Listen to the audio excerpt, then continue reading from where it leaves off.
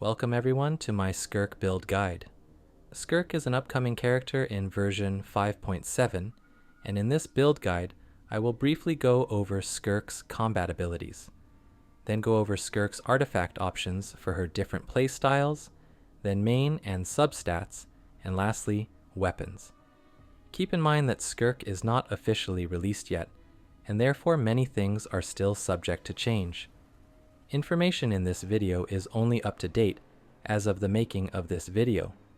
And without further ado, Skirk is a 5-star cryo damage dealer. She scales on attack, wields a sword, and has a crit damage ascension bonus. Skirk is the second character in the game, after Mavwika, to not use elemental energy, and instead relies on her Serpent's subtlety points.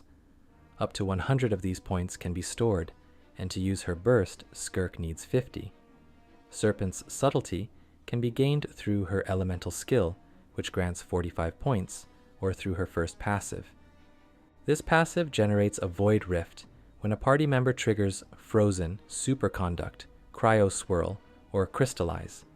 3 void rifts can be created and can be absorbed by Skirk through performing certain actions, each granting 8 Serpent subtlety points. Her normal attacks in their regular form are nothing special, although they can be enhanced through her elemental skill.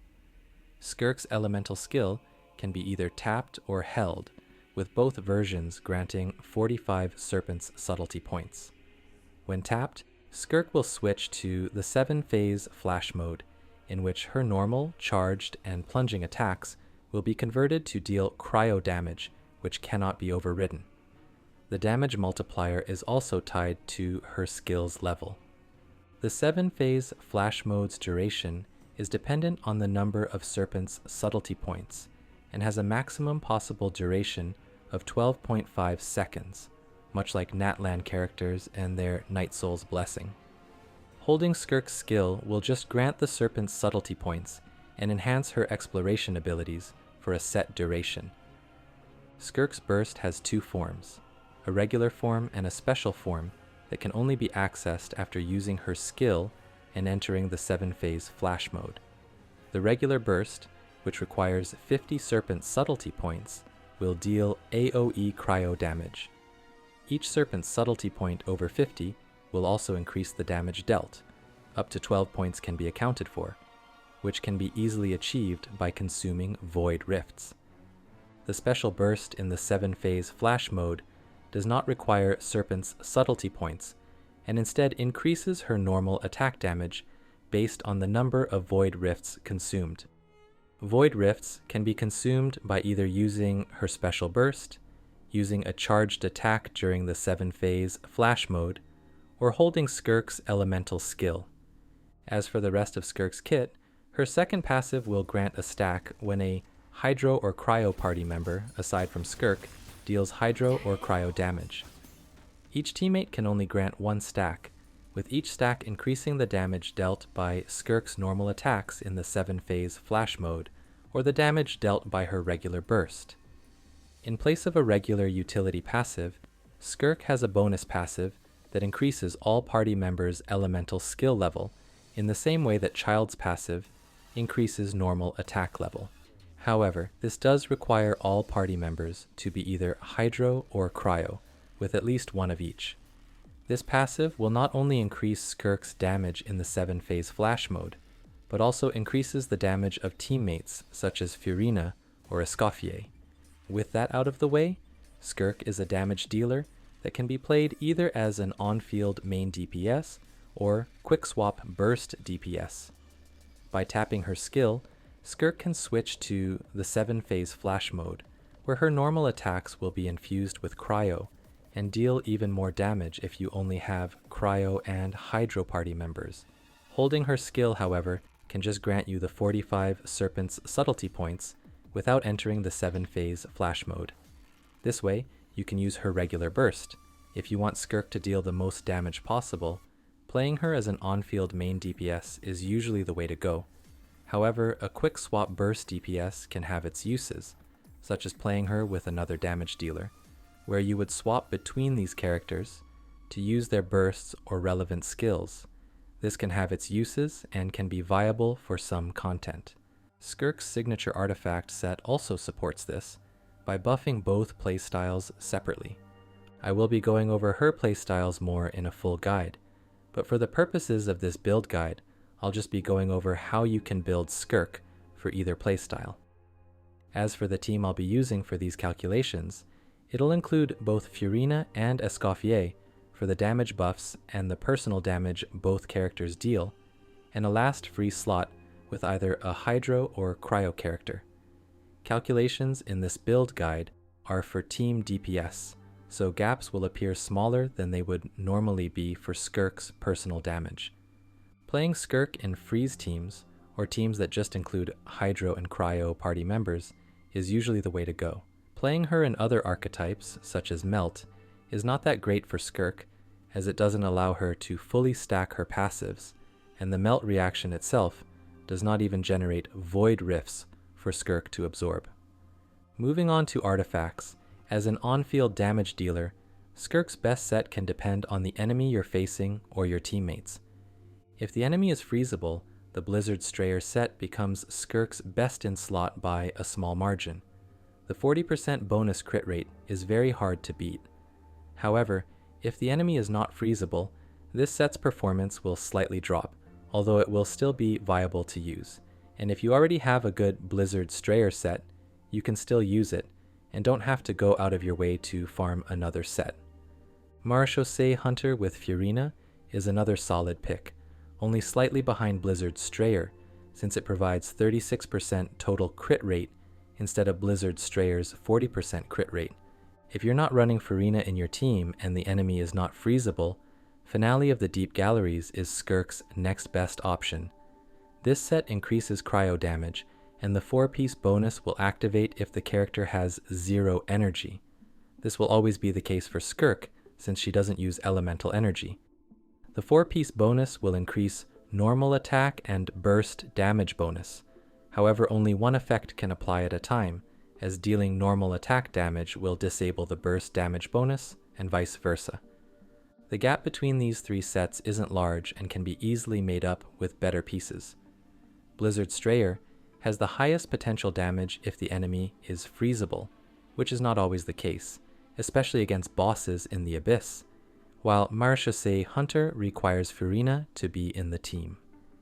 Finale of the Deep Galleries deals slightly less damage than both, but has fewer caveats, so I would usually recommend just running whichever set you have better pieces for. I also want to note that since both Blizzard Strayer and Marechausse Hunter increase crit rate, it can make building Skirk potentially more difficult if you have her signature weapon, since that also increases crit rate and you don't want to overcap on crit rate. Other sets that increase normal attack damage are also viable, such as Gladiator's Finale, Desert Pavilion Chronicle, Echoes of an Offering, or even Heart of Depth. If you have a shielder like Sitlali or the upcoming Dahlia, Retracing Bolide can also potentially work. If you're playing Skirk as a burst DPS, the same applies, except that Finale of the Deep Galleries becomes just slightly better than Marechausse Hunter, since Marechausse Hunter's 2-piece specifically increases normal and charged attack damage, not burst or cryo damage. Moving on to stats, we can skip energy recharge requirements, since Skirk does not use elemental energy. So as for main stats, for your Sands, you would want attack. For your Goblet, cryo damage bonus is usually the best option, but with Furina's damage bonus buff, and if you're using the Finale of the Deep Galleries set, attack becomes a very viable option, and the gap is small enough that you can usually just use whichever piece has the better substats. An attack Goblet can potentially be better if you're using a weapon that provides a lot of damage bonuses, such as Haran Gepakufutsu or Mist Splitter Reforged. It also works the other way around. If you're using a weapon that provides a lot of attack, such as Finale of the Deep, a Cryo Goblet is usually better. As for your Circlet, you would want crit rate or crit damage. With the Cryo Resonance, you'd be gaining 15% crit rate against frozen enemies, or enemies affected by cryo, so you wouldn't want to have more than 85% crit rate. Both Blizzard Strayer and Marechausse Hunter increase crit rate, so you wouldn't want to have more than 45% crit rate on Blizzard Strayer and 49% on Marechausse. As for substats, you'll want crit rate, crit damage, and attack. Energy recharge does not do anything, and Skirk is not really dealing damage through elemental reactions, so elemental mastery is not needed either. Moving on to weapons, Skirk's best in slot will be her signature weapon, Azurelight. This weapon has a base attack of 674 and increases crit rate by 22.1%. As for its effect, after the equipping character uses their skill, attack will be increased by 24% for 12 seconds, which is enough to almost cover the maximum possible duration of the 7-phase flash mode. Additionally, if the current energy is 0 during this effect, attack will be further increased by another 24% and crit damage increased by 40%. Overall, a pretty solid weapon, although not that far ahead of other 5-star options. And Skirk also has multiple strong 4-star options, with some of the strongest being free weapons. Additionally, this weapon can serve as a pretty universal stat stick for most attack scaling sword users, as it gives crit rate and some attack. Maybe not as universal as Mistsplitter or Primordial Jade Cutter, but still decent enough. If you're using Skirk as an on-fielder, the next best option would be Haran Gapaku Futsu, followed closely by Mistsplitter Reforged, Primordial Jade Cutter, and Summit Shaper if you're using a shielder like Sitlali or Dahlia. In regards to Mistsplitter Reforged, the third stack of this weapon's effect will happen if the current energy is less than 100%, which should always be the case with Skirk, since she doesn't use energy to begin with, but in case the effect does not trigger, it would still be a pretty decent option.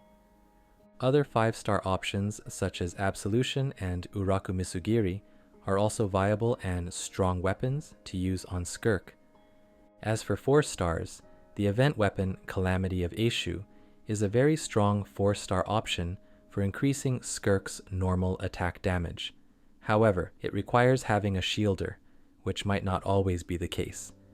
Finale of the Deep, the Fontaine Craftable Sword, is another strong option, and one that can be obtained for free. This sword gives a lot of attack, but requires having a healer like Escoffier or Charlotte. Between the Battle Pass weapons, the Black Sword is much better for an on-fielder since it increases normal attack damage. If you're playing Skirk as a quick swap burst DPS, weapons that require being on field to stack a buff, or ones that increase normal attack damage, won't be as strong, but you can still keep using them. Wolffang, the Battle Pass weapon, becomes much better for burst damage, since that's what it increases. And that's all from this guide. Skirk is finally coming out in the next patch after being revealed in Fontaine, so I'm pretty excited for her to become playable. Thank you for making it till the end, and thanks for watching.